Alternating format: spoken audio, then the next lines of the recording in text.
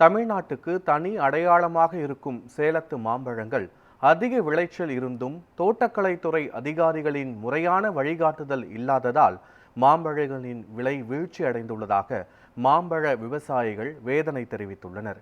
இதுகுறித்து மாம்பழ விவசாயி காளிராஜனுடன் நமது செய்தியாளர் ரியாஸ் நடத்திய கலந்துரையாடலை காணலாம். சேலம் மாவட்டம் வரகம்பாடியில் இருக்கக்கூடிய ஒரு மாந்தோட்டத்தில் நின்றுட்டு இருக்கேன்.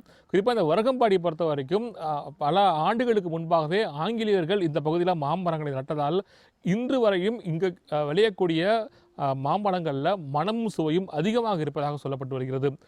வரகம்பாடியிலிருந்து செல்லக்கூடிய மாம்பழங்களை பொறுத்த வரைக்கும் தமிழகம் அல்ல, இந்திய உலக அளவில் இந்த சுவைக்கு வரகம்பாடி மாம்பழங்கள் தனி சுவையாக விளங்கி வந்துட்டு இருக்கு. அப்படிப்பட்ட இந்த வரகம்பாடி பகுதியை சேர்ந்த காசிராஜன் என்ற விவசாயி நம்மிடையே இணைஞ்சிருக்காரு.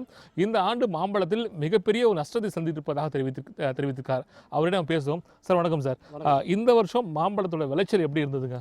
விளைச்சல் நல்லா இருந்ததுங்க. தத்துப்பூச்சிங்கிறது ரொம்ப பாதிப்பு உண்டாகுது. தத்துப்பூச்சி என்ன பண்ணுறதுன்னா, அது மருந்து அடிக்க அதிகமாக உற்பத்தியாகி மாங்காயெல்லாம் கரும்படலாம் படைஞ்சிக்குது. இதனால் வாங்கி சாப்பிட்றவங்க விளைஞ்சி நல்லா கொண்டு போய் கொடுக்கல, 10 பழம் இருந்தால் 4 பழம் அழிஞ்சு போயிடுது. அதனால் அவங்க விரும்பி அதிகம் உண்ணலை. அது தரம் இருந்தால் தான் ஜூஸ் பேட்டரிலையும் வாங்கி அவங்க ஜூஸ் தயார் பண்ணிட்டு நல்ல வெளிநாட்டுக்கு ஏற்றுமதி பண்ண முடியும். இதுக்கு அடிப்படை காரணம் மருந்து சரியில்லை. சார், இதை மருந்து பொறுத்த வரைக்கும் அதிக தோட்டக்கலை அதிகாரிகள் தான் கண்காணிக்கணும். அதை கண்காணிச்சுக்காக புகார் சொல்லியிருக்கீங்களா நீங்கள்? கண்காணித்து அதை அவங்களாலேயே இந்த தமிழ்நாடு முழுசுமே இந்த தத்துப்பூச்சிங்கிறது இருக்கும். தோட்டக்கலைத்துறையில் தான் ஏற்கனவே நான் நிறையா புகார் பண்ணியிருக்கிறோம். தமிழ்நாடு முழுசுமே இந்த தத்துப்பூச்சினால தான் இந்த மாம்பழத்தோட தரமே குறையுது. இந்த வருஷம் உற்பத்தி இருந்தும் என்ன மாதிரியான பாதிப்பு, என்ன மாதிரி நஷ்டம் ஏற்பட்டிருக்கு உங்களுக்கு? விலை ரொம்ப ரொம்ப குறைவு. இந்த விலை எப்பயுமே இவ்வளோ விலை கம்மி இல்லை. அதனால தான் நஷ்டம், ஏகப்பட்ட லாஸ். அது என்ன பண்ணுறதுன்னா, மருந்தில் ஒரு பக்கம் 3 மருந்து அடிக்கிறது 10 மருந்து அடிக்கிறோம். அப்படியே 10 மருந்து அடித்து தயார் பண்ணி கொடுத்தாலும் காய் கொடுக்குற இடத்துல ரிப்போர்ட் வருது. இதுக்கு சரியான முறையில் கவர்மெண்ட்டு இதுக்கு என்ன முறையை எடுத்து செஞ்சு நல்லது இந்த விவசாயிகளுக்கு நல்லது பண்ணி கொடுக்கணும். இதுவரை சந்திக்காத வகையில் மா விவசாயிகள் பெரும் பாதிக்கப்பட்டிருக்காங்க.